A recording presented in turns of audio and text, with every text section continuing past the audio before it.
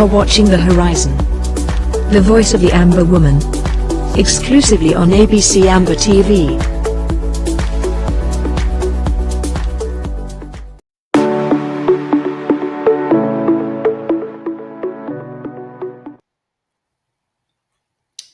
Good evening, good afternoon, good morning. Welcome to The Horizon, the voice of the Amba woman.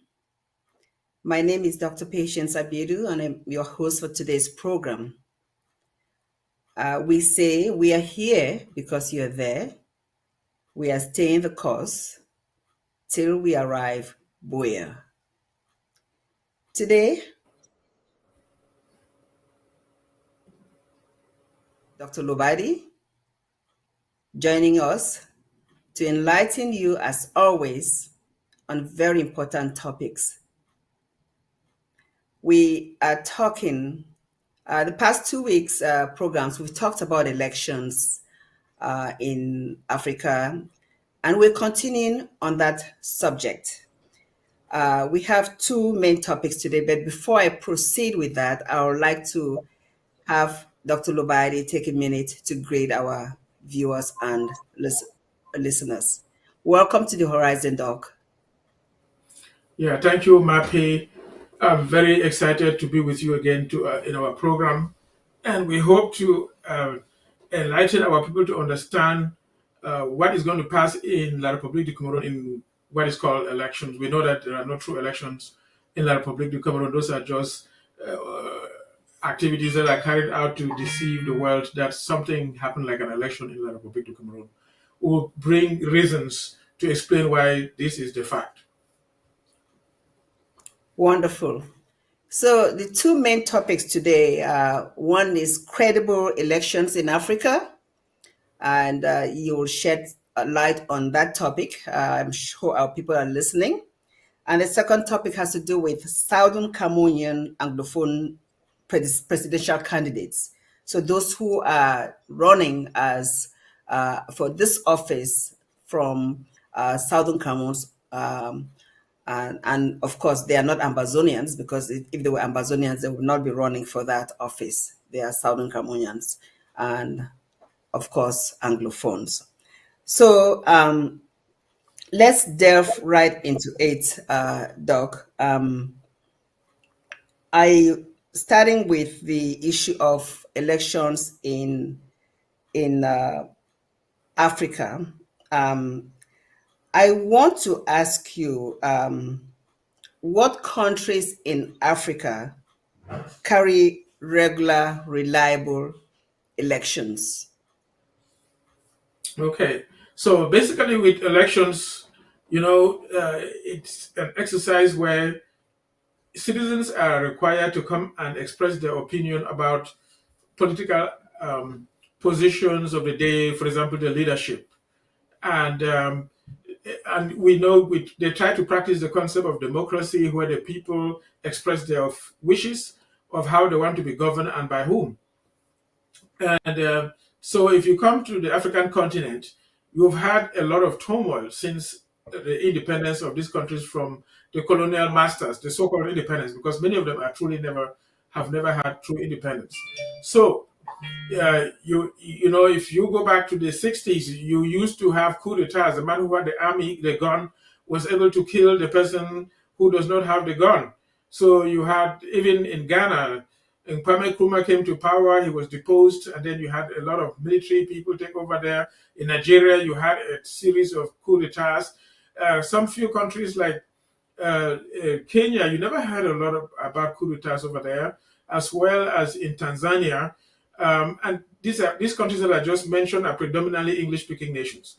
But recently, in the past few decades, these countries have been conducting elections regularly, and even changing from one party to the other. And we have a semblance of credible elections with an alteration of rulership from one group or one party to another without a fight, without a civil war. The reason I say a semblance of election is because, like the recent Nigerian election, we know there is an outcry that there was rigging that took place there. There are some few countries we don't hear a lot about rigging. For example, in Ghana, you see elections altering peacefully from one party, from one person to the other without war, and even in also Kenya, not to mention Tanzania. So these are the countries that seem to conduct regular elections that appear to be credible and peaceful, and the people also are developing much better. Those are the few that I would say. If you go to Francophone African countries, initially you had some few Before you coup ask d'etats. that, before you talk about that, we know there's a lot of changes right now in Africa. There's a lot of cry out for change. The young people are coming up. We know what is happening in Burkina Faso, Mali, Senegal, Mali, Chad, and all the like.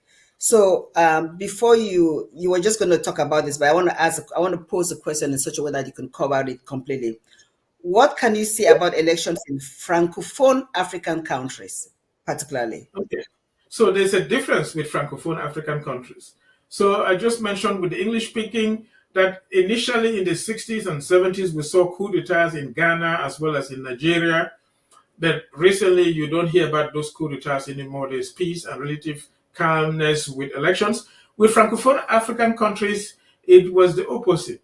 We noticed that there were some few staged coup d'etats in the 60s, like in Gabon, where Omar Bongo and some few other countries, but otherwise there was stability. It appeared like there was political stability in Francophone African countries. And one country that stood out where elections were leading to alteration of party rule was in Senegal, where one party was ruling, and then they conducted elections, and then the supposedly opposing party, seemed to have won elections.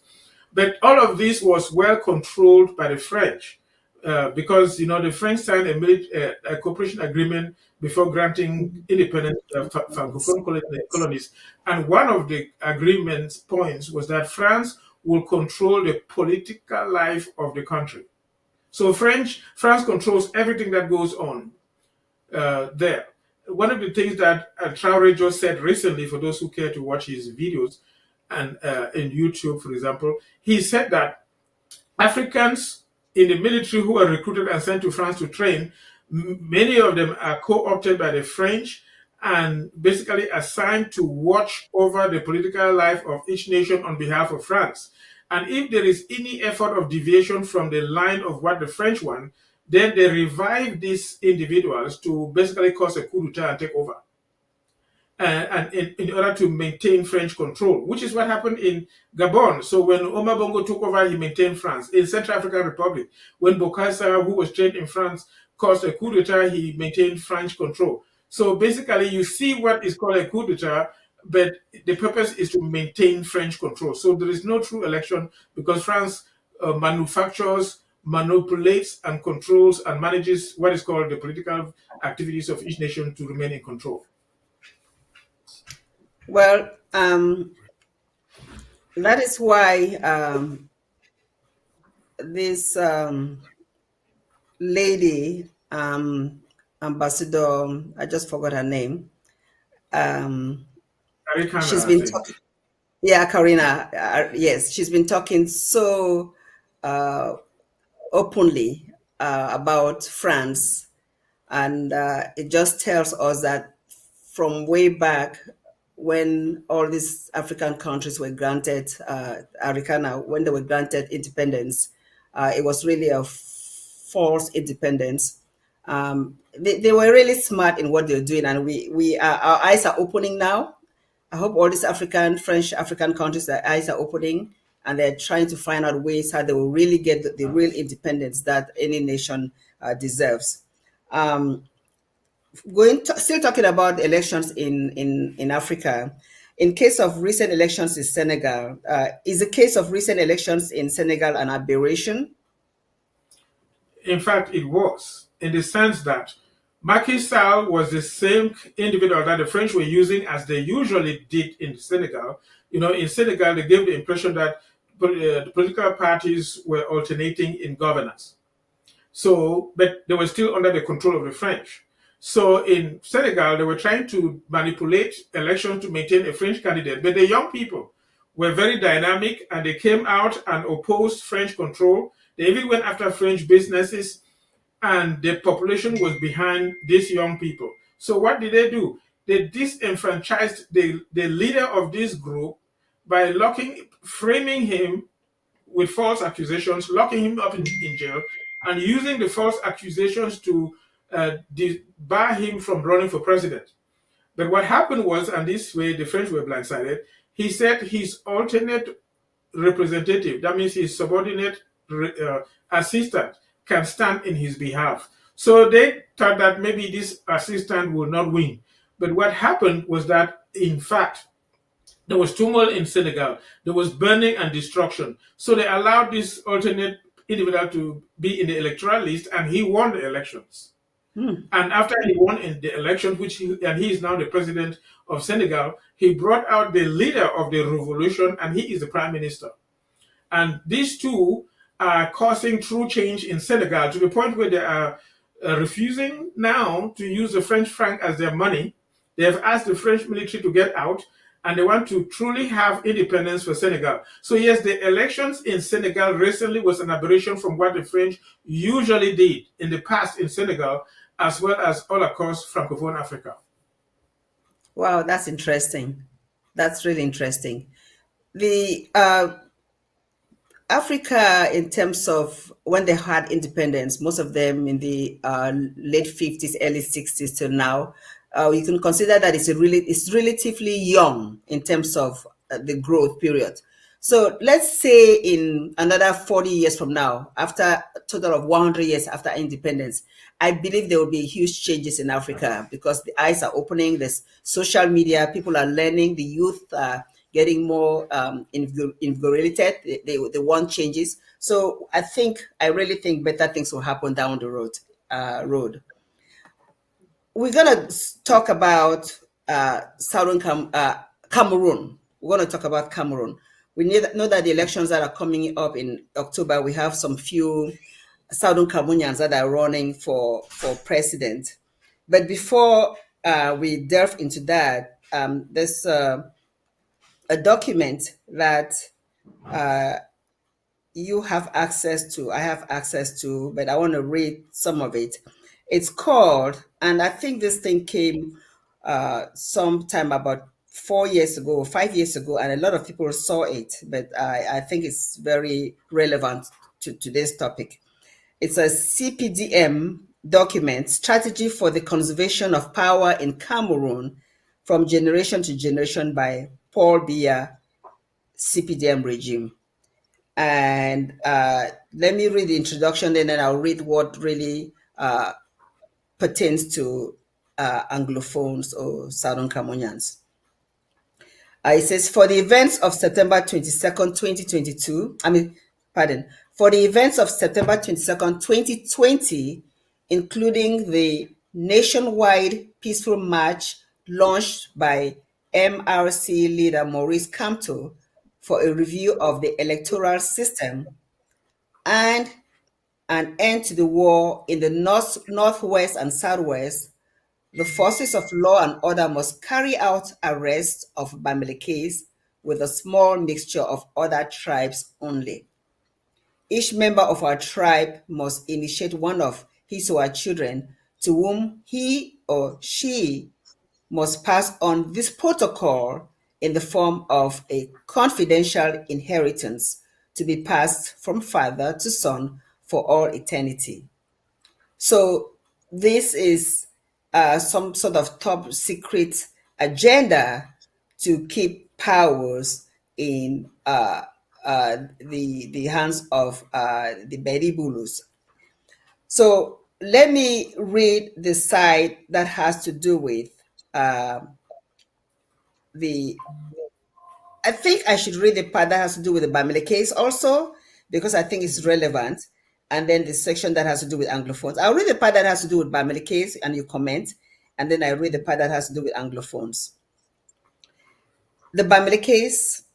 We must divide and oppose the Betty and Bamileke groups and do everything we can to put it in the heads of our people that their enemy is the Bamileke. We are aware of the evidence that the Bamilekes are the majority ethnic groups in this country, but we will have to mask this reality by focusing the debate on the number of ethnic groups, 250 number, and talking about one group out of more than 200, which alone wants to dominate the others. Every Cameroonian must see a suspect in every Bamileke. We will lose power the day we stop fanning the flames of hatred of Cameroonians against the Bamilekes. Maintaining the myth of a Bamileke plot is imperative to the survival of our power. We must prevent the emergence of a political group figure capable of uniting the will of the Bamileke. We must annihilate any individual from this community who dares to put himself forward politically, even if it means offending the international community. We must kill any political party that has the support of the Bamilekes, even if it means risking a tribal war or even a second Bamileke genocide. We will also use traitors in their own ranks to fight them. Doc, I'd like you to comment on this section, and then we'll watch a little video, and then we'll talk about the Anglophones. Correct. So in this, first of all, the Biya regime, those guys around Biya that claim that they are currently in power, they have conglomerated themselves into a cult, into, some people call it a Sengan, or I mean the people that are they think that they are in control, they are in power. They have formed a cult group where they meet in secret meetings. They initiate themselves in there. They actually humiliate themselves homosexually. I don't want to go into some of the disgraceful things that they do to submission. That means once you've gone through the rituals, you're forced to be submissive to what they want you to do. And they are predominantly Bulus from Bia's region, a few people from Betiland, and then they pick a few individuals from other tribes, even Anglophones and Northerners that are among them, and make them feel that they are privileged and that they are the people that will be ruling together, and that they will allow their children to take over from them and remain in control of the country in perpetuity. That's what they think. And in their mind, they are afraid of the Bamilekes because the Bamilekes by numerically constitute the largest group in Cameroon, which is over 40%. And they know that if you truly conduct true, free, and fair elections in that country, the group that carries the Bamilekes will win. And so they want to fan basically hatred between the Bamilekes and the Betis, in this case, those from the central region and the southern region, and some of them from the eastern region, to feel like the Bamileke are their enemies, so that they will do everything to prevent the Bamilekes from ever coming to power. And so the best way to reduce them or their impact is to claim that they are just one out of 250 tribes, and that one small tribe is trying to control, and not their the numbers of over 40%. Now, we need to go back and realize that, first of all, the Republic is controlled by the French. Mm-hmm. And the French ambassador has more power than the so-called president. Even the ministers signed the agreement with the French presidency to rule in submission to the French. And as you read that article, you will hear them saying that as long as France is helping them, they will make sure that an Anglophone never comes to power. When we go there, you will see they mention that. So they know that they're serving at the pleasure of the French. Now, I want us to understand that the same thing happened under Ahidjo. When the French brought Ahidjo and suppressed Mbida, the French used Ahidjo to control La République du Cameroon for 22 years. And in his time, the Northerners, the Muslims, also felt like they were the real people in Cameroon. Like the Minister of Defense was controlled by Sadou Daouda for over 20 years. He was Minister of Defense. Many of the military high-ranking officers in the Presidential Guard were all people from the north, which is why they caused the coup d'etat of 1984 to eliminate them, to kill them and get them out. Right. So anyway, so Ahidjo also thought that, and the Muslims also thought that in collaboration with the French, they will control politics in La République du Cameroon. But the French don't care who they use as long as that will maintain their control of the country. With time, the French got rid of Ahidjo and brought in Biya without true elections. And Biya now is in there with his own country people, henchmen, and they tried, as I mentioned, they faked the coup of 1984 to eliminate all the Northerners, which they slaughtered and killed in Bamayo and Fu and other places, get rid of them by killing them, criminalizing them, and then now they've infiltrated every sector of the country's government, the military, the gendarmerie, the police, the finance, the foreign service, every aspect. They have infiltrated with their people and tribalized it so that they will remain in perpetuity and control. But even then, I can guarantee you that they will fail, just like Ahidjo also did not succeed to maintain the Muslims in power. The Bamilekes have suffered a lot. Under Ahidjo, the French were afraid of them because of their dynamism and strength. So the French used Ahidjo. The French, first of all, fought against them because most of them were for the UPC, killed them, and committed a Bamileke genocide, which you hear them mention in that document. They mentioned the Bamileke genocide. Over 250, some 500,000, some even 1 million Bamilekes were killed and their villages destroyed. Now, Biya now, with his own group, are trying to again make the Bamilekes like the enemies and try to control them like they did. And they even threatened in that document that if necessary, they will do another Bamileke genocide just to keep the Bamilekes under control. But even then, I personally believe they will not succeed. Interesting. So let me read this section on Anglophones, and then immediately I read that section, I'm going to ask for this video that was short clip by this guy called Albert Leopold Ebene, talking about certain things that we're going to address. So this documents how to keep the strategy for conservation of CPDM power in Cameroon. The section on Anglophone is thus: we know they don't want secession, but to win big, we'll have to accuse them of separatism and terrorism. This part I want to talk about briefly because that's incorrect. I'm not sure why they think that we don't want secession, although that's the wrong word. We have always wanted to be our own people. So that is a misrepresentation right there. We must do everything to ensure that their sense of rigor is perceived as leftism and ridiculed by our citizens. Let's not forget that Let's not forget that there are arrangements between France and England by which the latter renounce all historical claims to English-speaking Cameroon. And another agreement would have been made between French-speaking Cameroon and France to ensure that no English speaker would ever become president of that country. It was with this in mind that Nifrundi's victory was hijacked in 1992 without England even having anything to say about it. However, the fear of Anglophone revenge is not entirely insignificant. Anglophones complain of their marginalization, but with the support of France, the threat is less. Besides, God has destroyed, now to put God in it, God has destroyed the human race several times in order to rebuild it. So this war waged by our political party against Anglophones, the number of dead should not count. Only the active living count. What a justification. Put God there. We must avoid any form of pity for Anglophones on the part of Francophones. Like the Bamilekes, Anglophones must be suspect in the eyes of every Francophone. The element of English culture among Anglophones must disappear, especially in the Northwest.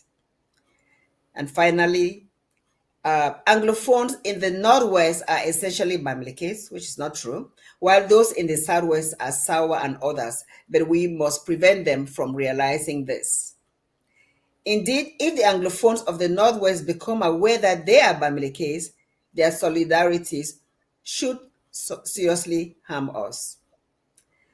Okay, I think before you comment on this, I would like us to listen to that audio short clip, if it's ready, by Albert Leopold on what he perceives about Anglophone. Et prééminente quand même. Oui, les anglophones, Biya a toujours considéré les anglophones comme les sous-hommes. les anglophones ne comptent pas beaucoup pour Biya. C'est pour cela même que ses collaborateurs peuvent les mépriser. La preuve, vous voyez ce qu'est le Premier ministre du Cameroun. Quel rôle joue le Premier ministre? Et c'est pour ça que moi je vais dire aux anglophones, a first fool is not a fool. A second fool, you become foolish. Les anglophones, vous ne pouvez pas, nous savons tous que les anglophones aiment le Cameroun. Ils aiment notre pays.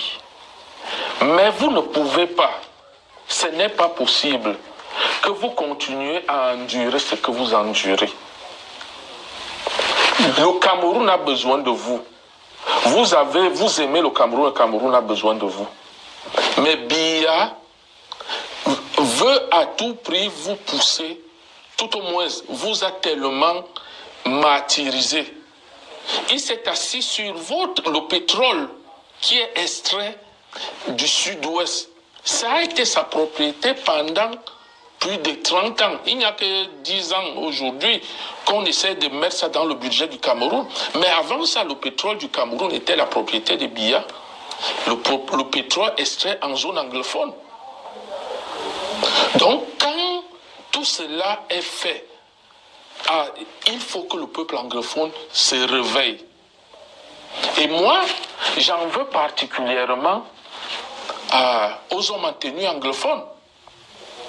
Parce que on ne peut pas vous donner les armes, on dit tuez vos parents, tuez vos mères, brûlez vos villages. Parce que la tendance aujourd'hui est à recruter les hommes en tenue du nord-ouest et du nord-ouest qu'on envoie au sud-ouest, et les hommes en tenue du sud-ouest qu'on envoie au nord-ouest pour faire le sale boulot. Il suffit que le peuple anglophone, on ne vous envoie pas de prendre les armes. Il suffit que les hommes en tenue anglophone, policiers, militaires et gendarmes, qu'ils déposent leurs tenues et leurs armes devant qui? Le sous-préfet, qui le préfet, qui le gouverneur, et dire que tant que la crise anglophone n'est pas réglée, ils ne travaillent plus. La crise anglophone va se régler en une semaine. Vous tuez vos mamans, vous tuez vos papas. Vous voyez comment le traitement, parce qu'on recrute les éléments, les gars du nord-ouest dans l'armée, on envoie au sud-ouest. Et les gars du sud-ouest, dans l'armée, on envoie au nord-ouest. En fait, pour que vous vous tuez entre vous. C'est ça la politique dans l'armée. Yes, Doc, I'd like you to translate for those of our brothers and sisters who do not understand this foreign language. Yes, so there will be quite a lot that we can unpack here. Going back first to that document, you had this BL cult claiming that England renounced all claims to British Southern Cameroon in agreement with France. What actually happened was, as we were getting the plebiscite, the British wanted to control the economy of the English-speaking nations, Nigeria, Ghana, all these countries that I just mentioned. Britain wanted to control the economy, just like France also controls the economy of the Francophone African countries. So, but in the situation with the southern Cameroons, where we are from, and the northern Cameroons, the British wanted us to stay with Nigeria. The northern Cameroons are homogeneous. They have the Fulanese. They listen to their chief, and so they gave the chief one Land Rover and £100 to tell their citizens to vote to stay with Nigeria, which they did, and they homogeneously stayed with Nigeria. But coming back to us, we are more heterogeneous. It's not easy to just tell us to do the same thing and we all follow. So we have different groups among us. So that's why they came to an agreement that if we agreed to stay with England, no problem, the British will control us. But if we agreed to join La République du Cameroun, then France will give Britain £2 million in exchange for their investments in English-speaking Cameroon. That was the agreement. And so when that happened, Charles de Gaulle, who happened to have been the president of France and came to power in 1958 and died in 1970, he said that British Southern Cameroon was a small gift from the Queen of England because she was on the throne in 1953. And so she knows all what happened. That is the true so-called agreement there. So the British took their £2 million and they feel like we now belong to the French, and the French believe that they own us. Now, what happened with time is that France is very greedy. They tried to carve out, they had found oil in the Gulf of Guinea around not only where you have Ambazonia, but also in the southwestern part of Nigeria, where they have the most oil in Nigeria. So he wanted to steal that oil by instigating the Igbos to go and fight for their own independence in the state of Biafra. In fact, Ojukwu was hiding in Gabon, guarded by Omar Bongo and all of that when they were waging the war against the Nigerian government. So that's what the French wanted. But unfortunately for them, the Nigerian government and the military succeeded to overcome the Igbos, and so the Igbo could not secede, Biafra could not secede, and if Biafra had succeeded, France would have taken control of them to control the oil. So they lost. Unfortunately, over 2 million Igbos and Nigerians died in that war. The French have gone back and made agreements with the Muslims in the north to be refining that oil. That is a different story. We're not going to go into that. With the situation in southern Cameroon, like I mentioned, Charles de Gaulle died in 1970. So the person who took over was Pompidou. And so when Pompidou now, he knew that there's a lot of oil in Bakassi area as well as in southern Cameroon, just as it is in Nigeria. And so they wanted to consolidate that oil under their control. That's why they forged the so-called referendum of 1972. They called Ahidjo and imposed upon him to make sure that he changes the federation state so that we don't have any level of sovereignty and autonomy in southern Cameroon. And then the French would be easily harvesting the oil. So they forged that, squashed the so-called federated state, and then they instructed Ahidjo, and Ahidjo started harvesting the oil secretly. We knew that Ahidjo was getting the oil, but it was never mentioned. Harvesting the oil secretly, and Ahidjo was putting the oil in an offshore account, even here in the United States, for the benefit of the Cameroonian people, while the French took it for peanuts, literally for nothing. And in order to accomplish that, they had to get rid of the UPC. So Pompidou, Jacques Foccart instructed Ahidjo to get rid of NS1G and all the UPC people, which led to the coup d'etat, to the firing squad in Bafoussam in 1970. But anyway, that's what they mean by Britain gave up its all control, all connections to southern Cameroon. That's what they're mentioning there. And that as long as France is supporting them, they have control. So the French are the people controlling all the politics in La République du Cameroon. So since the early 70s, that oil has been harvested. Like this man was saying in French, that oil was never mentioned in the budget of Cameroon. Only about 10 years ago that they started mentioning a little bit of a small fraction. All of that oil remained, first of all, controlled by Ahidjo, saved for the benefit of the nation. Then Biya came and literally squandered that account and controlled the oil for over 30 years. That's what the guy was saying. And all of that oil money remained under Biya's control. It's estimated that it was over $600 billion that Biya has confiscated of that oil. You never hear it, all in his personal bank accounts. And so he is saying here that Biya does not respect Anglophones. He regards them as second-class citizens. And he does not care about them. He's confiscated their resources and their natural resources like oil, and he does not respect them. Even those that are pretentiously put in positions like the prime minister, they are literally window dressing. They have no significance. We know that. A good example, when Philemon Yang was prime minister, was prime minister for over 9 years, his secretary general was Louis-Paul Motaze, who is now the minister of finance. He was literally being called the prime minister. As you read that document, it says that when any position is given to a tribal person not of the Bulu clan, they will ensure that the roles and responsibilities are defined in a way that the so-called head has no power, but the second in command, who must be one of them, is the one who controls everything. So in the prime minister's office, is not the prime minister, but is the secretary general in the prime minister's office. So Louis-Paul Motaze was the prime minister in place of Philemon Yang, and he controlled everything. He was even controlling the construction of the deep sea port in Kribi, and squandered all the money. And it got to a point where Philemon Yang got emotionally unstable and sick. And he had to go away for over 3 weeks because he claimed he was sick. And they literally told Louis-Paul Motaze to tone things down before Philemon Yang came back and continued in his so-called premiership. And you see it with Diongute. He's just a a figurehead. Whenever Biya is going, he bows down, even right down, if possible, going down to his toes, while the others are standing up bold and looking at Biya and talking and shaking his hand. He will bow down as a slave. And that is how they treat Anglophones. The issue here is the wealth. And I want to, like I just mentioned, and that man was saying, that Biya has squandered all the resources of Southern Cameroons. La Republic of Cameroon needs Southern Cameroons, and they cannot do without us.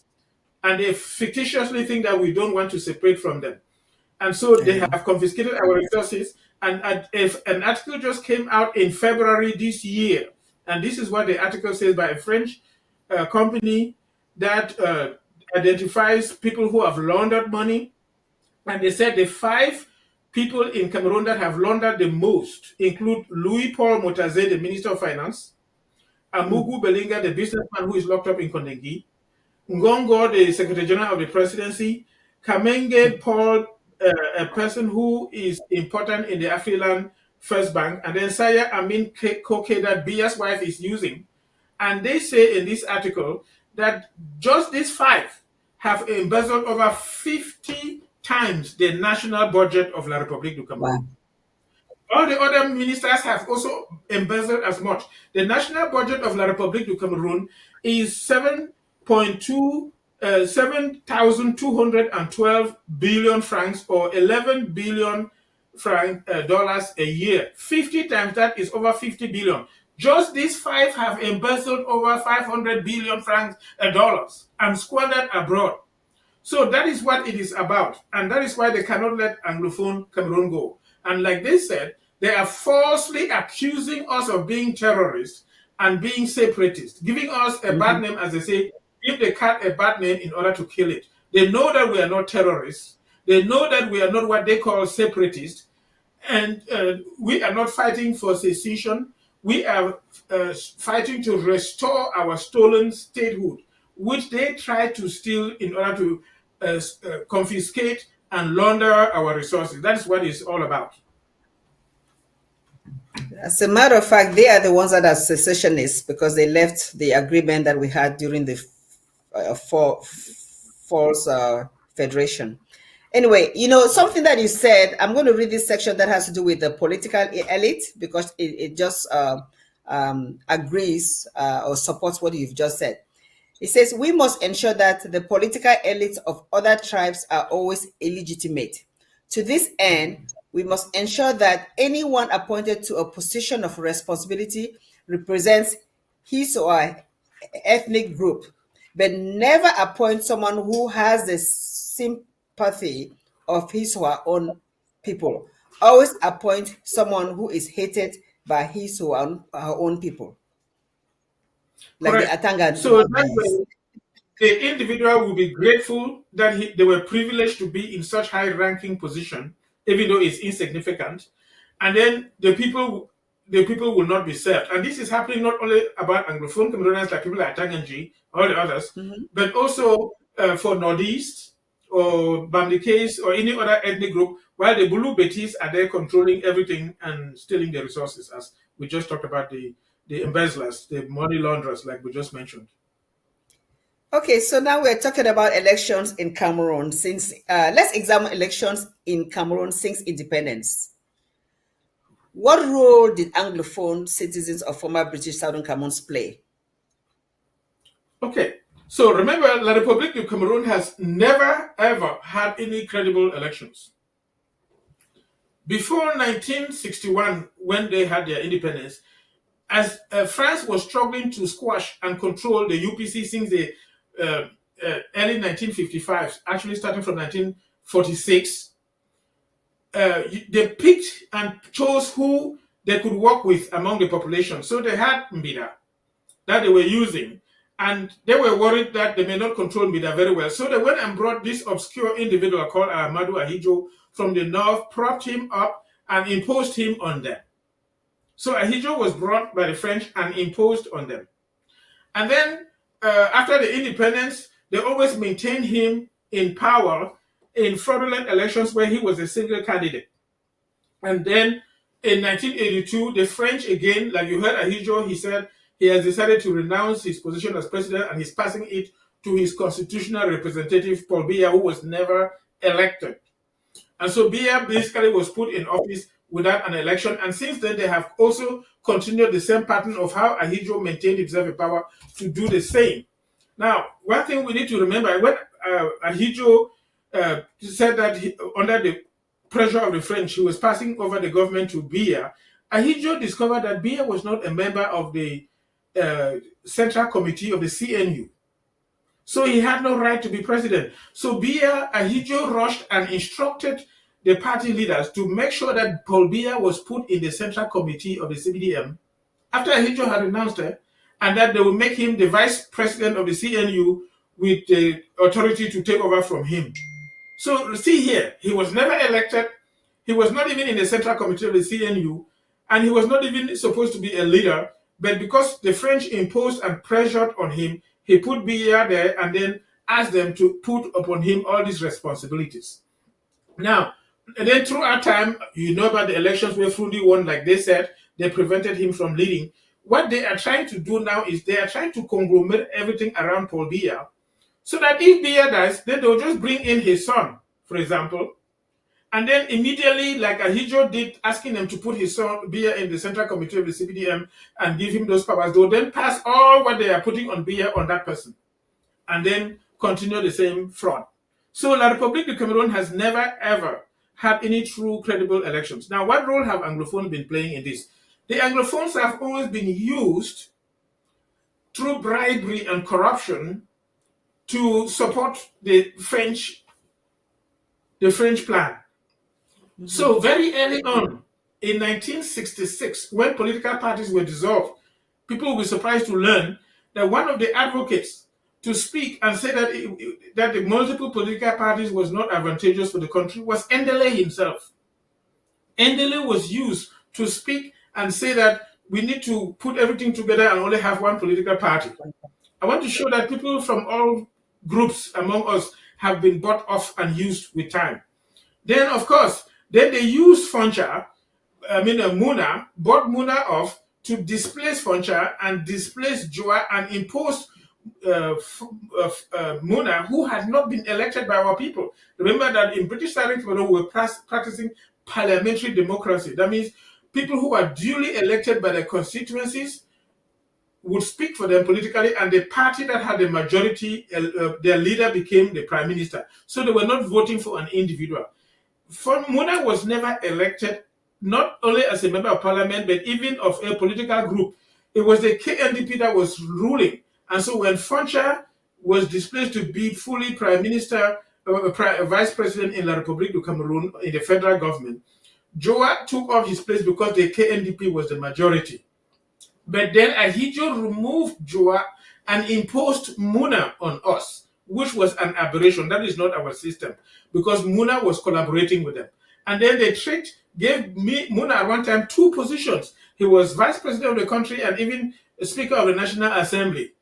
And they flattered him with those positions as well as wealth, personal wealth, where you don't lack anything. You have enough money for yourself, good housing, good food, your children are taken care of. In fact, his children were sponsored to study in Britain, high-ranking universities. That's why his children are doing very well.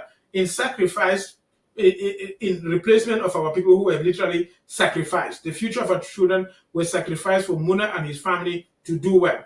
So you found Muna being used there. And then coming back, right recently, when they started putting some Anglophones as prime minister, like starting with Achide Acho, he was always used as the chairman of the campaign for Paul Biya's re-election. So Achide Acho was the campaign manager. When he left and Musonge became prime minister, he became the campaign manager for Biya against re-election. And after he left, this other man who was locked up in jail from the southwest, Ephraim Inoni, was the campaign manager for Biya's re-election. And after that, Philemon Yang has been a campaign manager. So they use Anglophones to serve their interest. Basically, like the toilet tissue you use to clean your anus. Let me put it that way. I'm sorry to use that analogy, but that's how they see us. They see us as second-class citizens. They can only use us to clean their mess.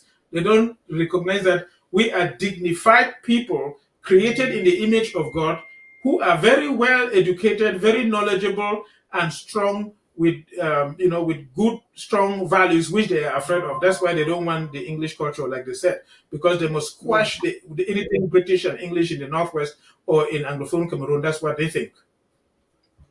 Well, I'm just going to ask this question. I'm sure you've already addressed it, but I just want people to hear it a second time.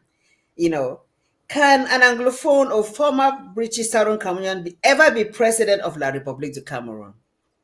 Of course, never. Because you heard them say that an Anglophone will never, ever be president of that country. So whenever you see any candidate, and that's why they stole Frundi's presidential victory, that because of that, Frundi had won, but they took it away from him. And Mitterrand was the French president who instructed Biya that they should be ready to go to war and never allow Frundi come to power in that country. So Mitterrand covered Biya there, and they imposed a state of emergency over the Northwest region and surrounded Frundi's compound with the military as they finally went and bribed him with what they call small chop. And then he took the bribe and was subdued and humiliated.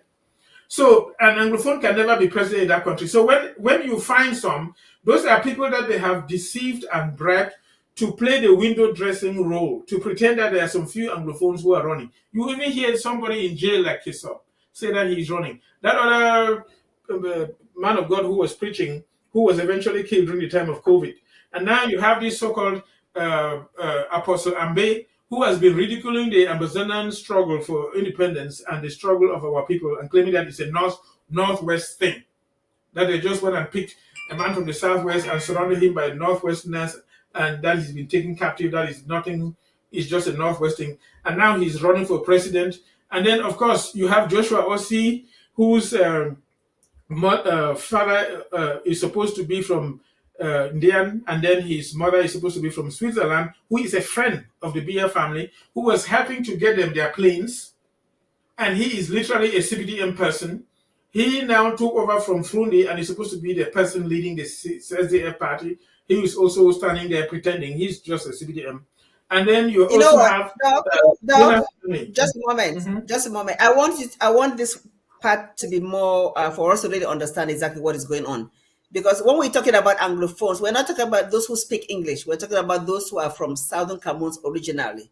So it's not somebody who can be from French origin and speaks English to run. That's not what we're talking about. But I need you to explain this more. You already started talking about it, but I need you to really give those names of those who are really running and maybe tell us what they think they can offer. So you already went through some names, but I'd like you to go back and list those you know so that we understand what is going on. Before I mention them that you mentioned, the Francophones have watered everything down. They say any person who speaks English in Cameroon is an Anglophone. So even this so-called Minister of Higher Education will also butcher the English language and say that he's an Anglophone. Even the Minister of Finance, Louis-Paul Motaze, when he went abroad to Goldman Sachs Bank and was trying to appeal for funds to borrow on behalf of the Republic of Cameroon, he was speaking English there. So the fact that somebody is speaking English, even if he speaks even better than the English themselves, better than Oxford English, does not mean he is a Southern Cameroonians. The people that we mean by Southern Cameroonians are people whose original parents were born and grew up and lived for generations in Southern Cameroon, not UPC people who ran and took refuge when they were being slaughtered in the Bamileke genocide and the Bassa genocide. But these people who grew up, lived for generations, hundreds of years in the former British Southern Cameroon, what they call Northwest and Southwest regions, their parents lived there, they grew from there. When they were born, their parents took their navel that fell off from the abdomen after it dried up and went and planted it under a plantain sucker there. Those are the former British Southern Cameroonians. Those are the people that we're talking about. Now, English is the language that they acquired through colonialism and their education system, so they call them Anglophones. So, but La République wants to water it down and claim that anybody who speaks English is an Anglophone, and that's not true. Now, coming back to, so these individuals who come from the English-speaking zone that I just described, from the Northwest and Southwest regions whose original parents go right far back hundreds of years in the region, who are running for president. These are compromised individuals that have been bribed with money to play the window dressing role that they are presidential candidates, because the Francophones, BS Court, BS Group, the Singang Group, and all those people that are around him that are controlled by the French, they have sworn that somebody from these two regions can never ever be president of La République du Cameroon. Which is also one of the reasons why they prevented Muna from being president. Because to get the referendum of 1972, Ahidjo deceived Muna that after that they would make him prime minister, and that Muna will eventually become the next president of Cameroon, to allow Muna to work with them. But Muna deceived himself. They put Biya in that position. Then they said that it would be the Speaker of the National Assembly. In 1979, they changed it and said the constitutional person to take over would be the Prime Minister. And so Muna found himself out. It was just another way to get Muna out. So even when you work well with them, they still do not trust you. And so they have done this throughout time, and so they're just deceiving these individuals. So you have Akere Muna, Muna's son, all the Muna children, including Philemon Yang, who is considered to be a son of Muna through a girlfriend. You know, people have been having girlfriends. That is one of Muna's sons that he had with an Oku girlfriend. And so they have been working with La République du Cameroon, but as traitors. And so even they will not be trusted to lead that country. In spite of their potentials and abilities and skills, they will never allow them to rule. So Akere Muna is just pretending. Even Ben Muna had tried to dislodge Frundi and take over when the SDF was still very hot. But no, they will never allow them to be. In that case, Ben Muna was even working with the French behind the scenes just to weaken Frundi and dislodge him. And then this Joshua Ossi, who I said is a friend of the Biya family, helping them with aeroplanes and other things, he's just pretending to be running. He's CPDM. And they will never even allow him to be president. It's a lie. The French president, ambassador, is claiming that they will try to reinstate the post of vice president and then put an Anglophone there. But even then, they will never allow the so-called vice president, if he's an Anglophone, from former British Southern Cameroon to ever be president. So it's just a window dressing thing to deceive people.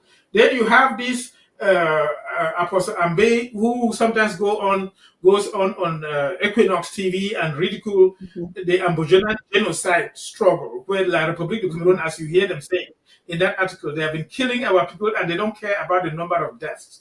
And they have killed over 60,000 people from the former British Southern Cameroon. They say they don't care about it. They only care about those who are living and what their roles are. So that person who speaks for the Republic of Cameroon is also one of the presidential candidates. Now we know what they do. First of all, the results are already prepared ahead of time. They are just waiting to announce it and pretend that elections took place. No elections truly took place. It's a sham. So anyway, but what they do is they say that they put about 500 million francs to be divided according to the political parties based on their members of parliament and that kind of thing. So the CPDM gets the majority of the money to share, give bread and sardine out, as they usually do.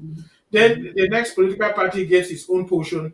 And then for people who don't have members of the political party, they give them 50 million.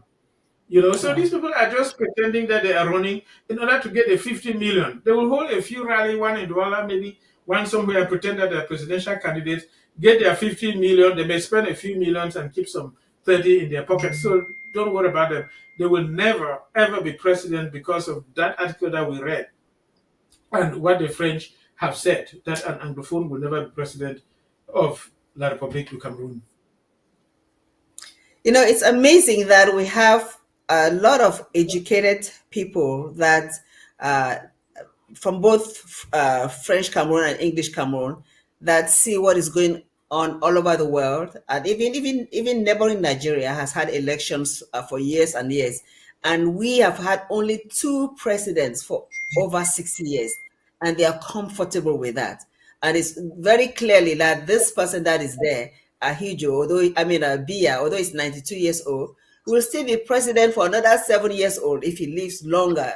You know, it's a shame. It's just not. It's unbelievable that people are there educated and see what is happening all over the world, and they cannot stand for themselves, you know, protest and fight for true democracy.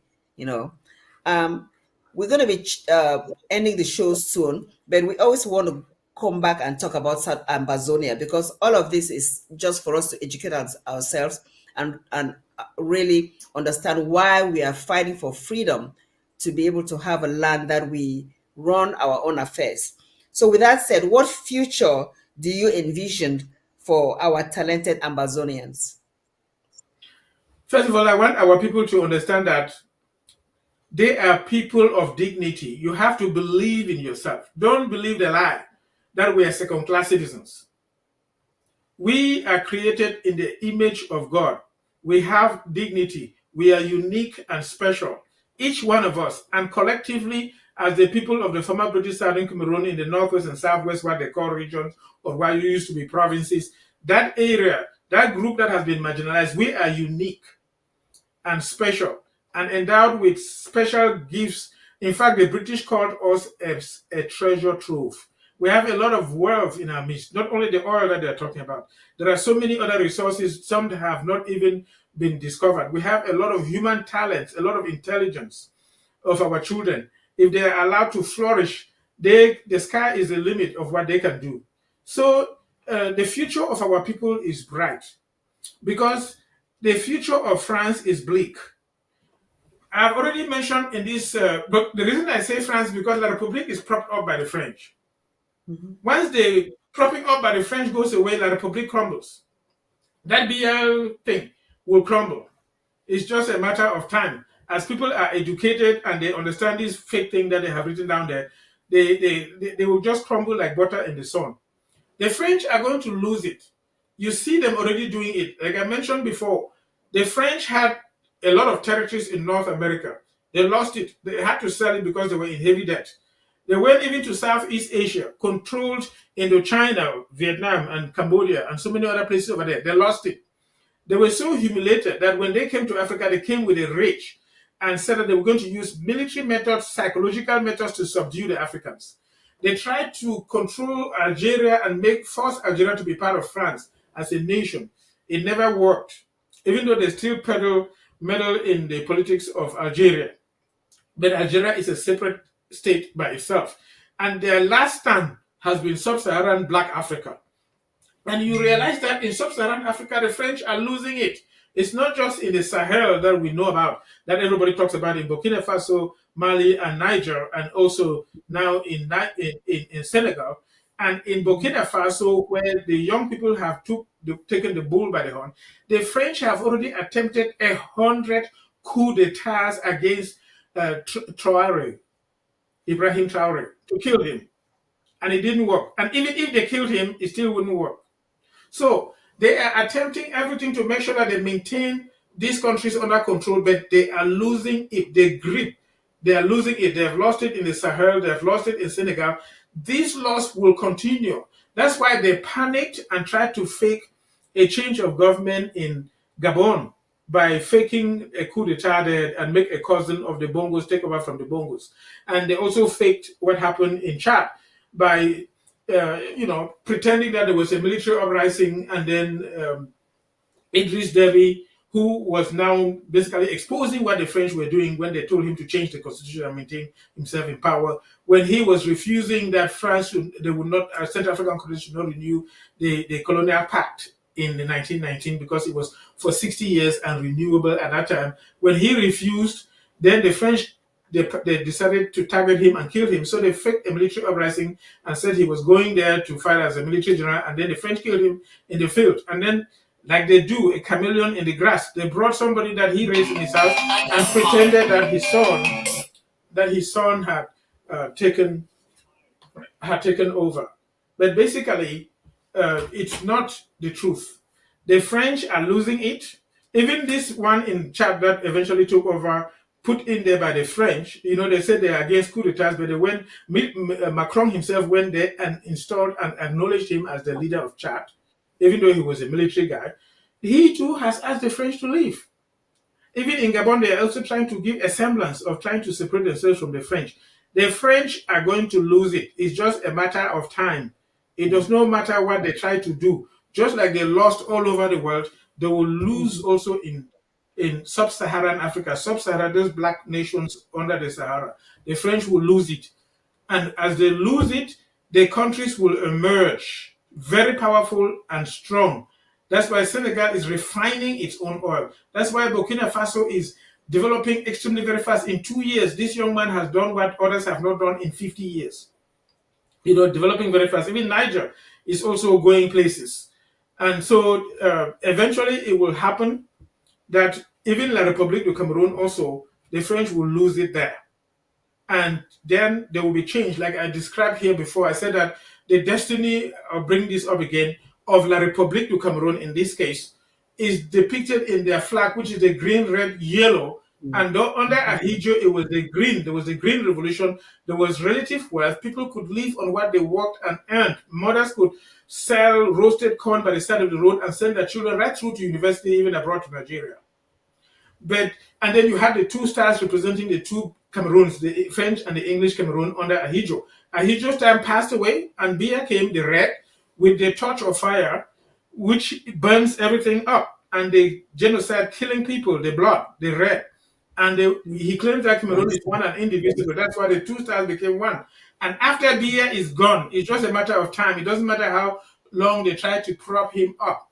In fact, I've had the impression that he could die and they'll hide his corpse in a refrigerator and claim that he's still there ruling when he died long time ago. So it does not matter how long they're pretending that he's there. When he is gone, the country will go to the next phase, which is the yellow, and the star that was on the red will go on the yellow and be invisible, which means that the people will become their true identity. It is just a matter of time. This is something that is written in stone and can never be changed. And so the British Southern Cameroon will emerge, unique and distinct. The country will break up in about minimum four sections. You will have the Northeast, the Muslims will break up. Some people in the East will break up. British Southern Cameroon will go away. The Bamilekes and the Bassas will break up, and BS people will break up. And so the BS people are threatening that for British Southern Cameroon to go, they too will secede and become a different African nation by themselves. That they can only remain with Cameroon if British Southern Cameroon stays, because they are afraid of the Northeast. They kill them in the coup d'etat. So they know that if they remain and the Northeast takes over, they will just come and overrun them. They are less than 1 million. They are just about 600,000. They inflate their numbers. Those Muslims in the North, just Adamawa alone, extreme North has over 4 million Muslims. So when you add them up, they are coming to 8+ million, and these people are less than 1 million. They will overrun them, and if they want to take revenge, and Muslims do not give up their revenge easily, they will kill all those things in the military that they're hiding in the police. So the country will break up into pieces. The people will become who their true selves are, and the British Southern Cameroon will emerge as a separate, independent nation thriving well in the continent of Africa, recognized by other nations. Wow, thank you so much, Doc. We're going to come to the end of the program right now. So this strategy for the conservation of CPDM power in Cameroon will not outlive the countries. For what you've already shared with us, there's a time when CPDM will cease to exist. And even if Biya were to be president, he will eventually die. So we are saying that Southern Cameroon's Ambazonia has the potential to be like what Ibrahim Traoré is doing in Burkina Faso. It's unfortunate that those who are running for office right now in La République du Cameroon, there's no Ibrahim Traoré amongst them. There's no one that the people can look up to and pull up, so that even the international community, even France, cannot be able to put them down. Unfortunately, that's not the case. But with Southern Cameroon's Ambazonia, we will see fair and free elections where those who are talented, those who have the spirit to build Southern Cameroons, the people will see and respect and do all they can so that that part of the world, with all its wealth, becomes the heel that every nation will look and admire. Doc, I just need you to give your closing remarks as we end the program today. Thank you so much for being on the horizon, the voice of the Amba woman. Yeah, I just want to encourage our people, don't believe the lie that you're second-class citizens. You are not second-class citizens. Believe in yourself. You have it in you. You know, when you take an egg, it has all that it takes to make a hen or a cock. Everything is in there. The feathers, the gizzard, and every portion of the milk of the cock that you eat is in the egg. So you are like the egg. All the potentials is in you. And when you will be released, you are going to flourish. So believe in yourself. Don't believe the lie. And know who the thieves are. They are the thieves, the embezzlers, the money launderers who are stealing all our resources and hiding them abroad. Thank you so much. Thank you so much. As we close today's program, I just want to read this final part of this strategy that they had in place, and it has to do with education. It said that no one should forget that the destiny of a people is the fruit of its educational system. Let me read that again. No one should forget that the destiny of a people is the fruit of its educational system. So we must lower the quality of our country's school and send our children to study in countries with good educational system. They will come back to run the country with sure peace of mind. Under the guise of education for all, we need to make schools cheaper but lower their quality. This will avoid harmful intellectual competition. So I end this program today by saying that our association with La République du Cameroon, based on what they have in this year's strategy, had always been to water down the quality of our education. And that reminds us as to why the teachers and lawyers took to the streets and why eventually after 2016, we have what we have now, a war that was waged upon us. But we must remember that Southern Cameroonians are smart people. We just are downright honest people. We are people of integrity. Based on that, we should continue studying hard, working hard, knowing that we have a bright future. The clip that we showed earlier today, where Albert Leopold mentioned that call me being a fool once, yes, you're a fool once, but being a fool a second time, then you're a real fool. A fool once is a mistake. A fool a second time is a real fool. We don't want to be fools a second time. So all this talk about elections in Cameroon, where some of our people are involved, is foolish because they know that they cannot be leaders of that country. But they can be leaders of Southern Cameroon's Ambazonia when the time comes, when we have fair elections. With that said, please continue supporting the Federal Republic of Ambazonia. President Sako has been steadfast since 2018. He has been the only one that we can stand behind, that has stood its ground, has never been bribed. The others have faded away. So for those of you who know down in your gut that Southern Cameroons deserve to be a land of freedom, please continue supporting our government. And please, please, please, live a life of integrity. Control your tongue. Know how you speak in public. Know how you talk to fellow Ambazonians, because only then can you be respected. The international community is watching us, and we need to stay strong, stay bright, and the truth is that we will be free. Thank you so much for watching The Horizon, the voice of the Amber woman. Long live the Federal Republic of Ambazonia. Short live the struggle. Thank you.